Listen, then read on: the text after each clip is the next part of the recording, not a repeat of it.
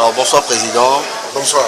Alors dites-nous, pourquoi cette réaction d'aujourd'hui devant la presse? Nous avons voulu informer la presse de ce qui s'est passé ce matin. Nous avons été convoqués, quand je dis nous, ce sont les élus, les conseillers municipaux de la commune Golfe 4, toutes listes confondues, ont été convoqués par le préfet conformément à la loi. Et dans un premier temps, toujours conformément à la loi, le préfet a procédé à l'installation du bureau d'âge. Le bureau d'âge est entré en fonction et le président du bureau d'âge a indiqué la procédure à suivre. Il a indiqué que le vote allait être effectué par cochage auprès des personnes pour lesquelles chacun voulait voter. C'est-à-dire, si vous voulez voter pour le maire, on vous donne une liste des gens présents et vous cochez devant le nom du candidat. C'est ce que le président du bureau d'âge a proposé. Et le directeur de cabinet du ministre de l'administration territoriale, le monsieur Robert Bakaï, anciennement procureur de la République, s'est élevé contre cette façon de procéder. Et il a indiqué que le vote doit se faire par apposition de l'empreinte digitale devant le nom. Et nous avons dit que dans tous les pays du monde, l'empreinte digitale sert à identifier les gens. Et que donc, la loi obligeant à effectuer un vote secret, cette façon de procéder est une violation de la loi. Et nous avons débattu longuement, discuté longuement. Le préfet, pas le préfet, le directeur du cabinet du ministre de l'administration territoriale était brutal dans ses propos, indiquait que la République est uniforme, il ne faut pas qu'on fasse des choses ad apparent et le contraire à l'omé.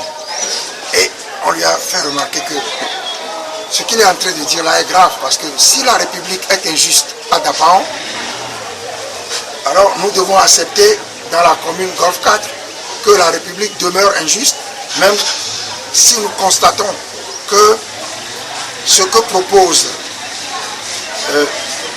l'administration territoriale est une violation de la loi. Alors nous avons dit non. Le préfet a demandé, et nous avons demandé une suspension de séance. Nous sommes allés nous concerter et nous sommes revenus. À notre retour, avant d'attendre, avant de laisser nous, l'ANC, qui avions demandé la suspension de séance, donner les résultats de notre concertation pendant la suspension de séance, le préfet est intervenu pour dire qu'il suspend la séance. Il reporte la séance. On lui fait savoir qu'il n'en a pas capacité parce que son travail s'arrête à l'installation du bureau d'âge. Mais il n'en a pas voulu. Nos collègues de UNIR sont sortis et les autres sont sortis et nous avons été contraints de sortir. Je fais remarquer que nous aurions pu, conformément à la loi, continuer le vote. Parce que eux, à la limite, s'ils sont partis, ils ont pris la décision de boycotter le vote. Mais nous sommes partis après. Et donc, je fais également remarquer que nous ne contestons pas pour le plaisir de contester une procédure. Nous disons que la proposition du ministère de l'administration territoriale, en tout cas du directeur de cabinet du ministre de l'administration territoriale, la procédure proposée est une violation de la loi. La loi, il n'est écrit nulle part, ni dans la loi sur la décentralisation, ni dans le décret rendu public il n'y a pas longtemps pour encadrer l'élection du maire. Il n'est écrit nulle part dans ces deux documents que le vote doit se faire par apposition d'empreintes digitales. Merci beaucoup, Président. Je vous en prie. UFC 8. Hein? ANC 8. ANC 8. Uni 5. UFC 2. C14 2.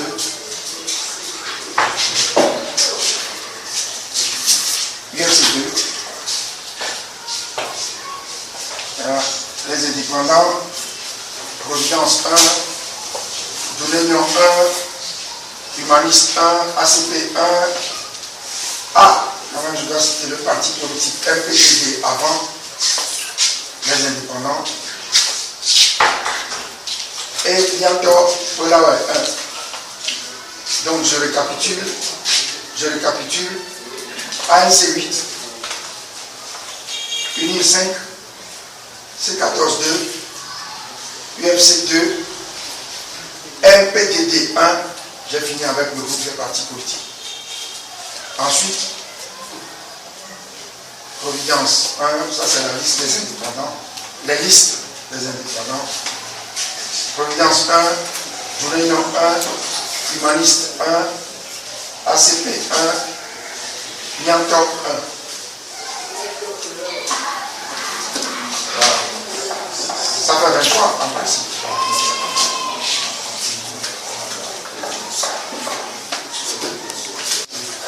Lequel ils essaient de nous amener par la pratique permanente de l'arbitraire. Il y a un bureau d'âge qui est en place, qui n'a pas fini sa fonction, qui consiste à quoi? Qui consiste à faire élire le maire et les 4 adjoints, et à faire un procès verbal et à remettre les résultats entre les mains du préfet. Cette fonction n'est pas terminée. Le bureau d'âge est toujours en fonction. Aujourd'hui, le préfet suspend et croit qu'il lui revient de convoquer une nouvelle séance. Et c'est ça le Togo. C'est ça le Togo. Et c'est contre cela que nous nous élevons. Vous voyez? Donc, c'est à vous de voir, de juger comment nous, en tant qu'opposition, nous devons réagir face à cette situation, porter cela à la connaissance de l'opinion pour dire que nous avons beaucoup de boulot. Nous devons nous unir pour travailler, lutter pour arracher les meilleures conditions. Vous voyez, ça c'est un petit exemple. Ça se passe dans une commune. Mais c'est le concentré de tout ce qui se passe au Togo en matière électorale. C'est ce qui se passe au Togo en matière électorale. On vous impose ceci, on vous impose ceci. Vous êtes fatigué et des fois, vous luttez, puis vous laissez faire, en oubliant que chaque petite faiblesse ou bien chaque petite concession que vous faites concourt à votre affaiblissement général et surtout à la fraude. Voilà, merci.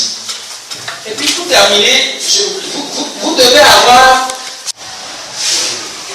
par un représentant de la délégation spéciale. Prévu aujourd'hui à 15h a été ajourné à 9h. D'accord, ça. par un représentant de la délégation spéciale. Non, mais amenez-nous ça là-bas. On ne peut pas aller prendre les choses tous les jours. Amenez-nous ça à la réunion de demain. D'accord, on a compris. Donc, la réunion pour l'élection du maire dans Golfe 1 prévue aujourd'hui pour 15 heures a été ajournée et reportée s'inédiée. Annonce faite par le président de la délégation spéciale de Golfe 1 qui n'a aucune compétence pour cela.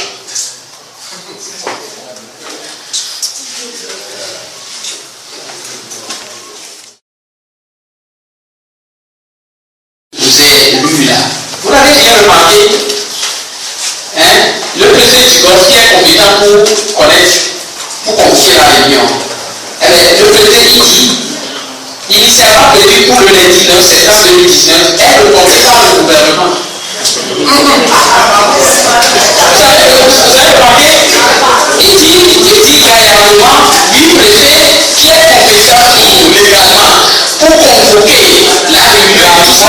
La loi est l'autorise, il dit la réunion du Golfe initialement prévue le lundi 9 septembre est reportée par le gouvernement au mardi 10 septembre 2019. Écrit noir sur blanc. Merci.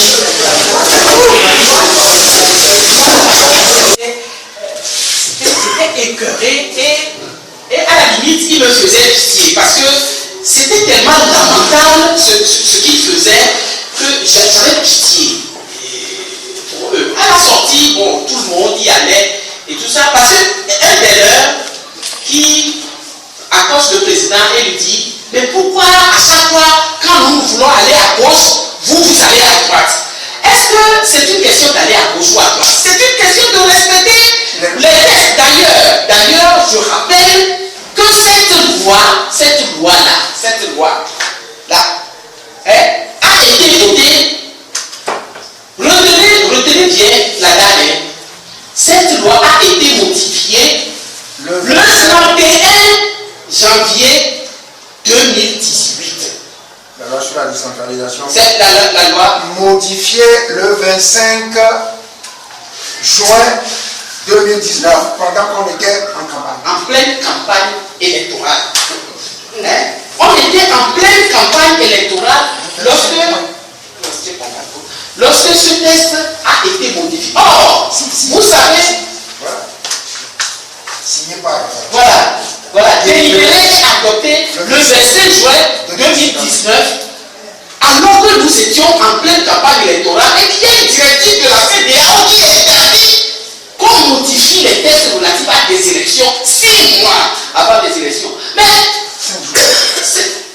5 jours en pleine campagne électorale, ils ont, parce qu'ils se retrouvent aujourd'hui à l'Assemblée nationale, à l'insu de tout le monde, pendant que les autres candidats qui sont partis prenant à cette loi-là, battaient campagne, ils ont modifié subrepticement cette loi. Et c'est sur la base de cette loi-là que nous sommes rendus. Parce que quand nous disons, nous battons pour la démocratie et l'état de droit. Vous dites que vous avez une assemblée là. Et le recours qu'il faut faire, bon, on connaît, on sait. Vous voyez? Et le décret a été pris, l'application a été prise le 17 juin 2019. Et dans ce décret, il y a des choses qui ne devaient pas être dans ce décret qui y sont. Des choses qui doivent relever de la loi, mais qui sont dans ce décret. Mais pourtant, nous n'avons pas dit que nous combattons. Ils nous ont convoqués aujourd'hui, nous sommes allés. Même avec la loi, qui se sont allés sur mesure, ils refusent leur application. Parce que j'ai posé la question à M. Baka et je dis, mais dans votre loi, là, dans votre où est-ce que ça se trouve qu'il faut nécessairement, vous parler de public, etc. Tout ça, où est-ce que ça se trouve qu'il faut procéder au vote par application d'empreinte digitale? Moi, je n'ai vu ça nulle part. Par contre, j'ai vu dans la loi que le vote est secret. Et les empreintes digitales, est-ce que ça garantit le secret du vote? C'est le seul procédé une personne. L'un des procédés les plus extraordinaires pour l'identifier, les plus fiables, c'est l'empreinte digitale. Alors, quand un texte de loi, que vous vous êtes assis, dit que le vote est secret, et que vous me parlez, juriste, magistrat de profession, vous me dites la pratique, parce que vous avez fait un Dapaon comme ça, et que les gens de Dapaon n'ont rien dit, et donc vous voulez nous opposer ce que les gens de Dapaon ont accepté, l'illégalité que vous leur avez imposée là-bas. Nous ne pouvons pas accepter cette illégalité-là. Et nous n'avons pas manqué de le leur dire. Voilà comment les choses se passent. La loi que vous-même vous votez avec votre assemblée, 100% unie. Moi je dis 100% unie. Et au-delà, vous ne pouvez pas appliquer cette loi-là que vous avez votée lorsque les gens étaient en pleine campagne électorale, dans laquelle vous avez mis tout ce que vous voulez, et contre laquelle il n'y a eu aucune contestation, parce qu'il n'y a pas de contestataire, et tout le reste, vous ne pouvez même pas respecter cette loi-là que vous vous êtes taillé sur le juge. Voilà ce à quoi nous nous sommes confrontés, nous avons été confrontés aujourd'hui, pour qu'on vienne nous dire que lorsque l'UNI veut aller à gauche, nous